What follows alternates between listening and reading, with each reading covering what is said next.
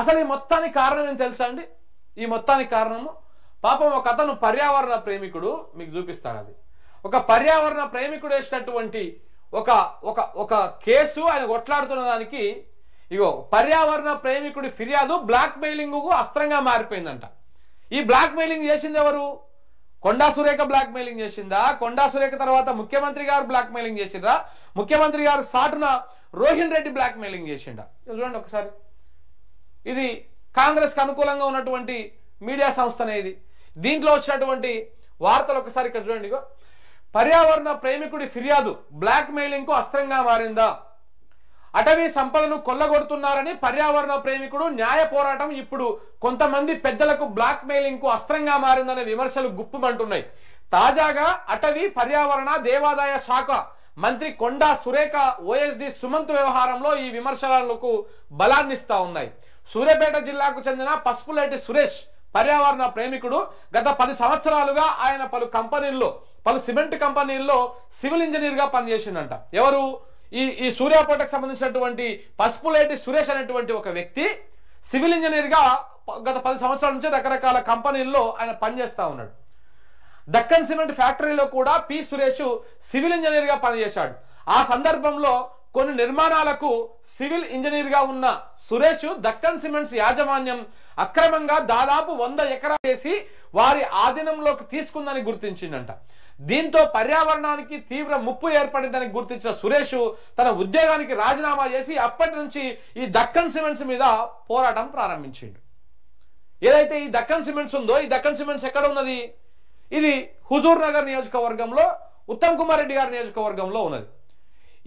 ఈ కంపెనీ అటవీ శాఖకు సంబంధించినటువంటి 100 ఎకరాల భూమిని కబ్జా చేయడంతో ఇది పర్యావరణానికి ముప్పు అని చెప్పేసి ఆయన ఉన్న ఉద్యోగానికి రాజీనామా చేసి ఆ దక్కన్ సిమెంట్స్ మీద లీగల్ గా ఫైట్ చేస్తా ఉన్నాడు.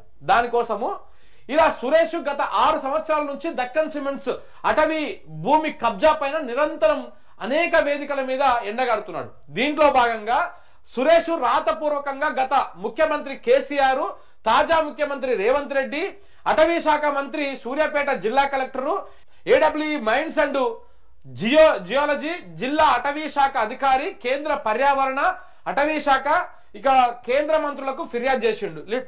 రిటర్న్ గా రాసిండంట. కేసీఆర్ గారు సీఎం గా ఉన్నప్పుడు ఆయనకు రాసిండు, తర్వాత ఇప్పుడు రేవంత్ రెడ్డికి రాసిండు, అటవీ శాఖ మంత్రులకు రాసిండు, సూర్యాపేట కలెక్టర్ కి రాసిండు. దానికి సంబంధించినటువంటి అందరికీ, ఈ పర్యావరణానికి సంబంధించినటువంటి అధికారులకు, కేంద్ర అధికారులకు, రాష్ట్ర అధికారులకు అందరికి కూడా రిటర్న్ గా రాసి ఫిర్యాదు చేసిండు. ఇలా ఇప్పటికీ సురేష్ దక్కన్ సిమెంట్స్ కబ్జా చేసిన 100 ఎకరాల భూమికి విముక్తి కలిగించేందుకు అందరి వద్దకు తిరుగుతూనే ఉన్నాడు.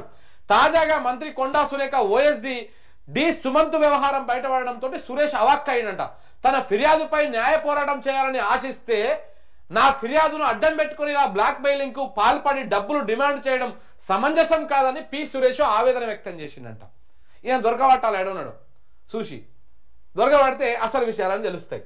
అటవీ చట్టాలు ఎంత బలంగా ఉన్నా 100 ఎకరాల భూమిని కబ్జా చేసినటువంటి దక్కన్ సిమెంట్స్ పై చర్యలు తీసుకునేందుకు ప్రభుత్వాలు కూడా వెనకడుగు వేస్తుండడం విడ్డూరంగా ఉందని అన్నారు.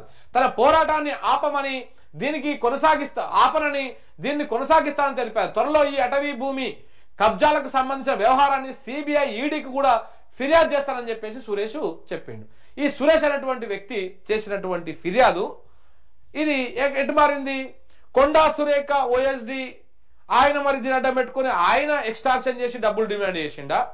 అరే ఇదేదో పెద్ద కథ ఉన్నది, మనకు పెద్ద ఎత్తున సంచులు వస్తాయని చెప్పేసి రేవంత్ రెడ్డి గారు దీంట్లో ఇన్వాల్వ్ అయ్యి రేవంత్ రెడ్డి గారు రోహిన్ రెడ్డిని పంపించి ఆయన ఈ సెటిల్మెంట్ వ్యవహారానికి పాల్పడ్డా? ఈ గన్ను పెట్టుడేంది, ఈ బెదిరించుడేంది?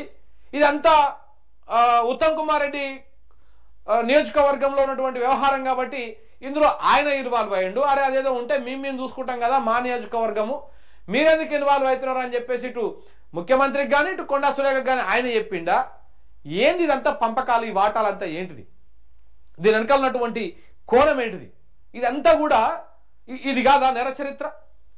ఇది కేబినెట్ మంత్రులే ఈ రకంగా ఒక పర్యావరణ ప్రేమికుడు వేసినటువంటి పోరాడుతున్నటువంటి ఒక వ్యవహారంలో మీరు దాని డబ్బుల కోసము ప్రభుత్వమే ప్రయత్నం చేస్తే దానికంటే దిక్కుమాలినటువంటి వ్యవహారం ఇంకోటి ఉంటుందా?